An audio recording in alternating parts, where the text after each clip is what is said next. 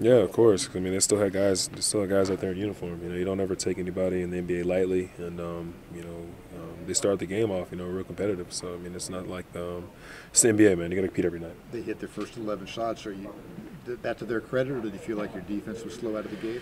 Oh, a little bit of both. They hit some tough shots, and then they had a couple balls bounced their way. But for the most part, our defense is pretty solid tonight, just minus those first 8-10 minutes or so. You've hit at least 6 3-pointers in a row. Do you feel in a groove shooting?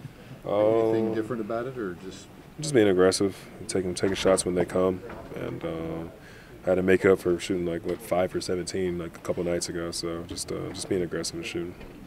When Bojan's as hot as he is, does that kind of rub off on the other guys, get a little contagious? Yeah, I think it makes things easier, especially when teams can't leave them. So it opens up everything for Thad and myself. Sometimes I'm the little block, but for the most part, I think when we're at home, that's when we shoot it well, and the crowd's behind us, and we got to keep that up.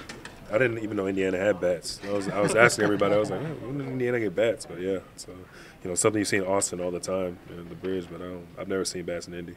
No, we know that we are a good team. I mean, even after those 4 games that we lost, we kept believing in each other. We stayed together. A lot of team would fall apart or start to blame each other, but we stay together, and we show once again how good we are and how good chemistry we had. I mean, we are playing good basketball. That's probably our organization is trying to keep team together. They're doing great job, and we are doing great job on the court also.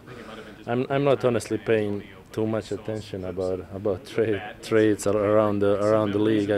I heard from the other players what's going on. No, for real. Have you ever played in a game where a bat was flying around? Never. That was probably the best part of the game today. Myles' blocks led to a lot of open looks for you tonight on the fast break. How much energy does he give you guys with his defense? Listen, even when he's not blocking the shot, he's changing every single shot. So whoever gets in a pain, it's care of him. So a lot of misses come. A lot of the misses that from opponent teams come because just he's present on a pain. We got a good thing going on the offense end. We're making shots. Not necessarily something you want to rely on, but when you're making shots, want to keep that momentum going. But I think most importantly, our defense has been consistent.